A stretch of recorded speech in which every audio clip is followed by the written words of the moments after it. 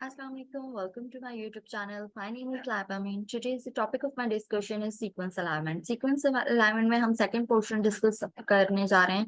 That is multiple sequence alignment. Let's move towards our today's video. Multiple sequence alignment जो है वो focus है multiple sequence alignment का कि वो हम लोग जो है इसे homologous positions जो है वो find out कर सकें homologous sequence के अंदर. अगर फॉर एग्जाम्पल सेम कॉलम है, जैसे कि हमने पेयर वाइज में बात की थी कि दो सीक्वेंसेस हमें दिए होते हैं और उनके अंदर जो जितनी भी सिमिलैरिटीज हैं हम वो देखते हैं. जबकि मल्टीपल सीक्वेंस अलाइनमेंट में अप टू सो ऑन 3 होने चाहिए, 3 तो एटलीस्ट होने चाहिए, ये तो शर्त है कि मल्टीपल सीक्वेंस अलाइनमेंट की, अदरवाइज हम pair wise sequence alignment use करते हैं.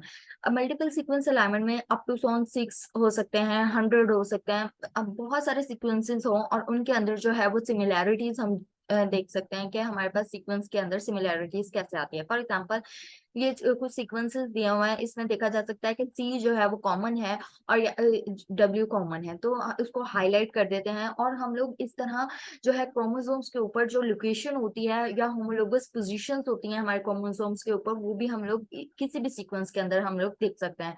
इधर वो न्यूक्लियोटाइड के सीक्वेंसेस हों या प्रोटीन के सीक्वेंसेस हों, तो मल्टीपल सीक्वेंस अलाइनमेंट बहुत ज्यादा हेल्पफुल है हमारे पास अलाइनमेंट टूल के तौर पे. मल्टीपल सीक्वेंस अलाइनमेंट जो है वो एक्सटेंशन है पेयर वाइज सीक्वेंस अलाइनमेंट की, क्योंकि हमें पता था कि पेयर वाइज के अंदर तो हम सिर्फ दो सीक्वेंसेस यूज कर सकते हैं. तो जो 3 के लिए यूज करनी थी तो हमें एक और सीक्वेंस अलाइनमेंट की जरूरत पड़ी, तो हमने उसको लिए मल्टीपल सीक्वेंस अलाइनमेंट को डिजाइन किया.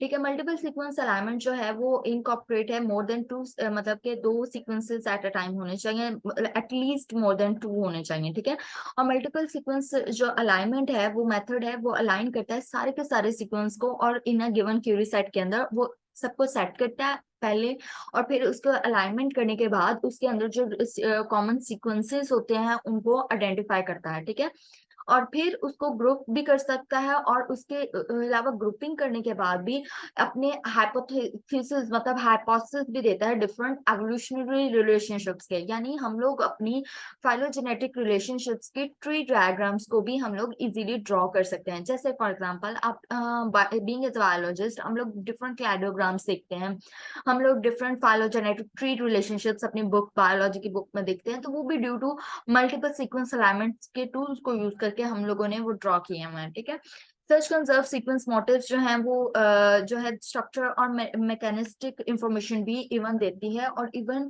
जो एंजाइम्स के जो एक्टिव साइट्स है ना, कैटालिटिकल एक्टिविटी है उसके बारे में कि उसकी एग्जैक्ट लोकेशन के बारे में भी मल्टीपल सीक्वेंस अलाइनमेंट जो है वो हमें डिटेल प्रोवाइड करता है. मल्टीपल सीक्वेंस अलाइनमेंट के कुछ अप्रोचेस हैं, जैसे कि उसमें डिफरेंट मेथड्स थे पेयर वाइज सीक्वेंस अलाइनमेंट में, बिल्कुल इसमें भी कुछ डिफरेंट मेथड्स होंगे.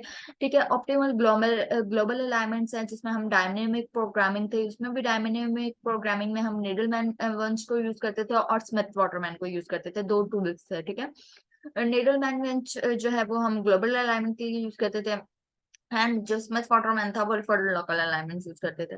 ठीक है, तो अब इसी तरह ग्लोबल प्रोग्रेसिव अलाइनमेंट के लिए मैच क्लोजली रिलेटेड जो सीक्वेंसेस होते हैं इसमें गाइड ट्रीज वगैरह जो है वो हम बनाते हैं, इसमें प्रोग्रेसिव अलाइनमेंट हो जाती है. ग्लोबल इटरेटिव अलाइनमेंट्स में मल्टीपल रीबिल्डिंग अटेम्प्ट्स होती है. बेस्ट अलाइनमेंट करने के लिए हम लोग इटरेटिव को यूज करते हैं. लोकल अलाइनमेंट में प्रोफाइल ब्लॉक्स और पैटर्न्स को यूज किया जाता है ताकि हम इजीली जो है मल्टीपल सीक्वेंस अलाइनमेंट्स को देख सकें. अब इसमें कुछ डिफरेंट मेथड्स हैं. नंबर 1 डायनेमिक प्रोग्रामिंग, बिल्कुल सिमिलर मेथड है जो कि हमारा पेयर वाइज अलाइनमेंट में था, लेकिन ये इसके लिए जो है टाइम और मेमोरी दोनों बहुत ज्यादा रिक्वायर्ड होती है और ये कॉम्पिटिशनली नहीं है. लेकिन हमने जो है जो कॉम्पिटिशनली नहीं था, जो हमने डिफरेंट टूल्स यूज किए थे जिसमें निडलमैन और वाटर जो स्मिथ था, वाटरमैन स्मिथ जो वाटरमैन था, वो दोनों टूल्स को अब हम इसको मोर अट्रैक्टिव बनाने के लिए हम इसको कॉम्पिटिशनल में ले गए हैं. ठीक है, कॉम्पिटिशनल में भी अगर हम लेके जाते हैं तो ये बहुत ज्यादा लॉन्ग लास्टिंग होता है, थोरेटिकली एप्लीकेबल है. ठीक है, और ज्यादातर हम इसको मैनुअली ही यूज कर रहे थे वहां पे. ठीक है, तो हम लोग अब इसको कॉम्पिटिशनल डिमांड में लेके जाने के लिए हमने मल्टीपल सीक्वेंस अलाइनमेंट के लिए एक सॉफ्टवेयर पैकेज बनाया है जिसके अंदर जो है हम दोनों टूल्स को यूज करके हम लोग इजीली डायनेमिक प्रोग्रामिंग कर सकते हैं. उसके बाद है प्रोग्रेसिव मेथड. प्रोग्रेसिव मेथड जो है हमारे पास प्रोग्रेसिव होता है, हायरार्किकल होता है, और इसमें ट्री मेथड्स डायग्राम्स जो है हमारी हैं वो सारी यूज करते हैं। अब ये जो है वो बिल्कुल कॉम्पिटिशनल मेथड था, बिल्कुल वो वैसा ही जैसे हमें उसमें हॉरिस्टिक मेथड यूज किया था पेयरवाइज अलाइनमेंट में, और वर्ड मेथड जिसको हमने नाम दिया था उसमें हम ब्लास्ट और फास्टर को यूज करते थे। इसमें हम लोग वही अलाइनमेंट टूल्स का मेथड है, लेकिन इसका नेम यहाँ पे चेंज हो गया है, प्रोग्रेसिव मेथड कहते हैं। प्रोग्रेसिव इसलिए कहा गया है कि इसमें जल्दी से हम सीक्वेंसेस को डालते हैं, और उस जो है वो इसकी जो वेबसाइट है ना, आप लोगों को मैं जाके दिखाऊंगी प्रैक्टिकल वर्क के अंदर मल्टीपल सीक्वेंस अलाइनमेंट में, कि ये बहुत ज्यादा इजी टू यूज है और प्रोग्रेसिव है। ठीक है, इसमें ना सीक्वेंस करते हैं हम ग्रुप्स की फॉर्म के अंदर, और अलाइनमेंट जो है वो बहुत इजीली हो जाती है। और इनिशियल में हम सबसे पहले इसको ट्री डायग्राम्स में लेके जाते हैं, फिर जो है हम उसको फास्टा फॉर्मेट से जो है वो ट्री डायग्राम्स या क्लैडोग्राम्स वगैरह जो है वो इजीली ड्रॉ कर सकते हैं। ठीक है, अट्रेटिव मेथड्स के अंदर जो है हमारे पास अटेम्प्ट ये थी कि इम्प्रूव हुआ बहुत ज्यादा। अब ये जो है ये पेयरवाइज अलाइनमेंट में ये मेथड नहीं था। अट्रेटिव मेथड जो है वो मल्टीपल सीक्वेंस अलाइनमेंट में एक्यूरेसी प्रोवाइड करता है इनिशियल पेयरवाइज अलाइनमेंट की। पहले पेयरवाइज अलाइनमेंट की एक एक्यूरेसी प्रोवाइड कर देता है, देन जो थोड़े बहुत वीक पॉइंट होते हैं प्रोग्रेसिव मेथड के, वो भी इसको खत्म कर देता है अट्रेटिव मेथड। फिर उसको जो है हम लोग फर्स्ट जो है वो अलाइनमेंट स्कोरिंग करते हैं ग्लोबल अलाइनमेंट टूल्स को यूज करके, और देन वो ग्लोबल अलाइनमेंट जो टूल्स हैं वो सीक्वेंस अलाइनमेंटिंग करता है, और सब ग्रुप्स के अंदर और उसके जो है डिफरेंट ग्रुप्स और सब ग्रुप्स के अंदर डिवाइड कर देता है। और ये बहुत बेस्ट मेथड है, और on the basis of their functions जो है वो भी हमारे पास अलाइनमेंट जो है वो डिफरेंट अलाइनमेंट्स जो है वो हमारे पास आ जाते हैं। मोटे फाइंडिंग्स जो है फोर्थ वन है also known as profile analysis, हम इसमें करते हैं। जैसे इटरेटिव मेथड में हम प्रॉप्स भी जो जैसे पीसीआर के कुछ प्राइमर्स डिजाइन करने हो तो हम इजीली यूज करके तो इसको बना सकते हैं। इसी तरह मोटे फाइंडिंग्स में प्रोफाइलिंग एनालिसिस होती है, कंस्ट्रक्ट करते हैं हम global alignment multiple sequence alignment को। हम इसमें कंस्ट्रक्ट करने के बाद हम इसके शॉर्ट कंजर्व सीक्वेंस मोटिव्स बनाते हैं, उस जितने भी क्यूरी सेट के अंदर जितने भी सीक्वेंस होते हैं उन सबके ऊपर टैग्स लगाते हैं, और उसके अलावा जो है वो उसकी प्रोफाइल मैट्रिक्सिंग भी करते हैं, और ये हाईली कंजर्व रीजन्स के लिए यूज होता है। ठीक है, मल्टीपल सीक्वेंस अलाइनमेंट की एग्जांपल देख लेते हैं। जैसे हमारे पास अब यहाँ पे 3 सीक्वेंस है, एटलीस्ट हमें पता है कि 3 सीक्वेंस होने चाहिए। ये 1 सीक्वेंस और 2 सीक्वेंस के जो पॉसिबल अलाइनमेंट हो सकती थी वो ये हो सकती थी। अब जो है इन दोनों का जो रिजल्ट आएगा उनकी थर्ड के साथ कंपैरिजन करेंगे तो उसकी पॉसिबल अलाइनमेंट कुछ इस तरह की होगी। अब मल्टीपल अलाइनमेंट को यूज ही क्यों किया गया, हम क्यों यूज करते हैं? बेसिकली हम मल्टीपल अलाइनमेंट को यूज इसलिए करते हैं ताकि हम कैरेक्टराइज कर सकें प्रोटीन की फैमिलीज को, जहां जहां पे रीजन शेयर्ड हो रहे हैं उसकी होमोलॉजीज को देख सकें। ठीक है, मल्टीपल अलाइनमेंट टूल्स को यूज करके। और दूसरा, इसके लिए हम लोग जो सेवरल सीक्वेंस थे उनको हम एक ही लाइन में अलाइन कर सकें। नंबर 3, प्रिडिक्शन कर सकें सेकेंडरी और टर्शियरी स्ट्रक्चर्स के, न्यू सीक्वेंसेस के। फॉर एग्जांपल, हमें जो प्राइमरी सीक्वेंस था ना, जो प्राइमरी प्रोटीन का जो स्ट्रक्चर था वो तो इजीली आइडेंटिफाई हो गया था, लेकिन हमें पता नहीं चलता था कि सेकेंडरी और टर्शियरी स्ट्रक्चर या कॉन्ट्री स्ट्रक्चर कैसा होगा। तो जो प्राइमरी स्ट्रक्चर्स की को हेल्प की मदद से हमने सेकेंडरी और टर्शियरी स्ट्रक्चर्स को के सीक्वेंस को प्रिडिक्ट किया था, और वो यूज किया था मल्टीपल अलाइनमेंट को यूज करके। प्रीलिमिनरी स्टेप्स होते हैं मॉलिक्यूलर एवोल्यूशन एनालिसिस के अंदर, हमने फाइलोजेनेटिक मेथड्स को यूज किया, फाइलोजेनेटिक ट्री की कंस्ट्रक्शन की, और हमें इस तरह पता चल गया कि हमारे एंसेस्टर कैसे हैं। ठीक है, उसके बाद आ जाते हैं multiple alignment constructions. Multiple alignment जहाँ जैसे वहां पे जो है कुछ टूल्स यूज किए गए थे, नीडलमैन वगैरह, और डिफरेंट पेयर वाइज सीक्वेंस के टूल्स यूज किए गए थे। इसी तरह यहाँ पे मल्टीपल सीक्वेंस कंस्ट्रक्शंस के टूल्स हैं। ऑप्टिमल मल्टीपल अलाइनमेंट एमएसएस एसएओएमए के थ्रू, प्रोग्रेसिव मल्टीपल अलाइनमेंट के लिए क्लस्टर डब्ल्यू और क्लस्टर एक्स यूज किया जाता है। इटरेटिव मल्टीपल अलाइनमेंट्स के लिए ये सारे जो है वो हम टूल्स डिफरेंट यूज करते हैं। अब अलाइनमेंट पैरामीटर्स की सिमिलरिटी मैट्रिसेस देख लेते हैं।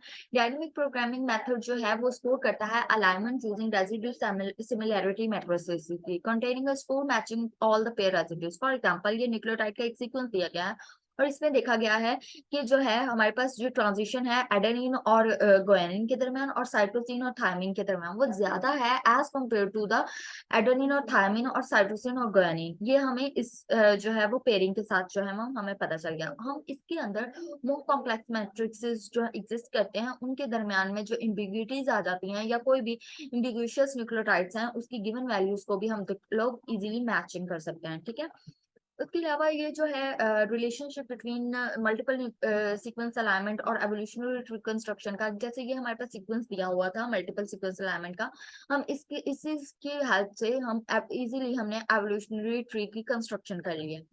अब हमारे पास क्लस्टर डब्ल्यू था, वो पेयर वाइज अलाइनमेंट में हम लोग यूज करते हैं। क्लस्टर डब्ल्यू बहुत अच्छी जो है वो टूल यूज हुआ है मल्टीपल अलाइनमेंट में। ये हम प्रैक्टिकली जब परफॉर्म करेंगे तो आपको क्लस्टर डब्ल्यू का यूज करना बताएंगे, ठीक है। इसमें ना फर्स्ट हम लोग इजीली फर्स्ट परफॉर्म कर सकते हैं और पॉसिबल पेयरवाइज अलाइनमेंट्स को between each pair of the sequences के अंदर। फॉर एग्जांपल यहाँ पे कुछ पॉसिबिलिटीज दी हुई हैं, कैलकुलेट कर सकते हैं हम दो डिस्टेंस जो है वो दो सीक्वेंसेस के दरमियान इजीली पेयरवाइज अलाइनमेंट में, जैसे हम लोग नहीं कर सकते थे इतना ज्यादा, तो वो हम इसमें क्लस्टर डब्ल्यू को यूज करके पेयरवाइज अलाइनमेंट भी यूज कर, पेयरवाइज अलाइनमेंट का सीक्वेंस भी फाइंड आउट कर लेंगे और मल्टीपल अलाइनमेंट का भी। इसमें हम डिस्टेंस मैट्रिसेस को भी यूज करेंगे, ठीक है। क्लस्टर डब्ल्यू की एग्जांपल यहाँ पे दी हुई है कि जैसे फॉर एग्जांपल हमारे पास दो सीक्वेंस है ए और बी। अब कॉलम में अगर हम अलाइनमेंट करते हैं तो इसकी जो है वो अलाइनमेंट कुछ इस तरह से होगी, और ये कॉलम अलाइनमेंट 2 है, सीक्वेंस सी और डी कुछ इस तरह से। क्लस्टर डब्ल्यू जो है अपना रिजल्ट जो है वो क्लैडियोग्राम की फॉर्म में जैसे इस तरह हमें इजीली रिजल्ट दे देगा। फॉर एग्जांपल ए और बी सीक्वेंसेस है, इसके जो है अलग अलग हमने कंपैरिजन किया, 0.3 आ गया, और इसका जो है वो फिर हम सीक्वेंस सी के साथ हम रिजल्ट फाइंड आउट करेंगे। स्कोरिंग गैप पेनाल्टीज जो है वो हम एमएस के ए के अंदर क्या है, फॉर एग्जांपल इसके अंदर दो कॉस्ट होती हैं, एक होती है नेचुरल गैप कॉस्ट और दूसरी होती है कौन सी natural gap cost. For example यहाँ पे हमें तीन सीक्वेंस दिए हैं, जो हम नेचुरल गैप कोर्स में हम लोग एक एक सीक्वेंस को देखते हैं कि इसके अंदर कितने जो है वो हमारे पास गैप्स आए। तो फर्स्ट रो में देखो, फर्स्ट सीक्वेंस में देखो तीन हमारे पास आए हैं, लेकिन कौन सी के अंदर हम लोग सारे सीक्वेंसेस को देखते हैं, फॉर एग्जांपल नेचुरल कॉस्ट को भी और एडिशनल वैल्यूज कॉस्ट को भी, या तो टोटल हमारे पास कितने आते हैं, कौन सी में 4 आते हैं, ठीक है।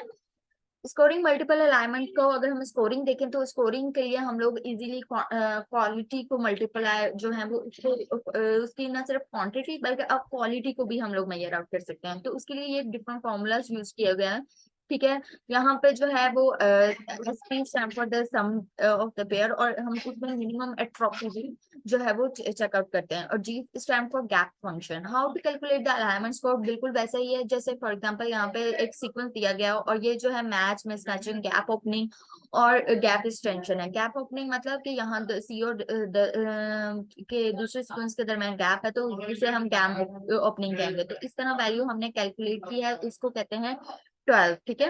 12 हमारे पास स्कोर आ गया है। एप्लीकेशन जो है वो मल्टीपल सीक्वेंस अलाइनमेंट की क्या है, नंबर 1 डिटेक्ट कर सकते हैं हम सिमिलैरिटी बिटवीन द सीक्वेंस, जो कि क्लोजली रिलेटेड हो सकता है और डिस्टेंटली रिलेटेड भी हो सकता है। नंबर 2 डिटेक्ट कर सकते हैं कंजर्व रीजंस को और मोटे सीक्वेंसेस को। नंबर 3 डिटेक्ट कर सकते हैं स्ट्रक्चरल होमोलॉजीज को। नंबर 4 असिस्टिंग इम्प्रूव प्रेडिक्शन हम कर सकते हैं सेकेंडरी और टर्शियरी स्ट्रक्चर्स ऑफ प्रोटीन्स की। और उसके अलावा जो गाइड ट्री, सॉरी मैं आपको बताना भूल गई थी, तो गाइड ट्री के बारे में यहाँ पे आप लोग देख सकते हो, ये सीक्वेंसेस है। मल्टीपल अलाइनमेंट्स में कुछ इटरेटिव पॉसिबिलिटी इस तरह आती है, लेकिन गाइड ट्री के अंदर हम लोग इस तरह से अलाइनमेंट लेते हैं। और प्रोग्रेसिव अलाइनमेंट जो मेथड्स हैं, सॉरी, वो रिक्वायर करते हैं दो स्टेजेस के ऊपर। फर्स्ट स्टेज जो है वो रिलेशनशिप बिटवीन सीक्वेंसेस होती है और रिप्रेजेंट करती हैं ट्री, जिसे हम अगर ट्री की फॉर्म में होगा तो हम इसे कहते हैं गाइड ट्री। और सेकंड स्टेप में हम मल्टीपल सीक्वेंसेस को बिल्ड करते हैं एडिंग सीक्वेंसेस सिक्वेंशियली, ताकि हम लोग ग्रोइंग जो गाइड ट्री की मदद से हम लोग अपने सीक्वेंसेस को अलाइन भी कर सकें, ठीक है। तो हमारे पास इस तरह जो है वो इजीली स्कोर किया जाता है। फॉर एग्जांपल ये देखिए ये 5 सीक्वेंसेस है, तो हमारे पास स्कोर क्या होगा, 5 होगा, ठीक है। अब हमारे पास डिफरेंट और जो है एप्लीकेशंस क्या हैं कि हम लोग डेवलप कर सकते हैं। हमारे पास पीसीआर प्राइमर्स को हम डेवलप कर सकते हैं, फाइलोजेनेटिक एनालिसिस को कर सकते हैं, और इसके अलावा डिफरेंट जो है प्रोब्स को यूज करके सिमिलर सीक्वेंस का के दरमियान में दूसरे ऑर्गेनिजम्स के दरमियान में सीक्वेंसेस को आइडेंटिफाई कर सकते हैं। और इसके अलावा कंपेयर कर सकते हैं similarities among the multiple organisms के दरमियान में भी, और डिफरेंट जो कंजर्व डोमेन्स हैं उसको के सीक्वेंसेस को भी आइडेंटिफाई कर सकते हैं। That's all for today's, thank you so much.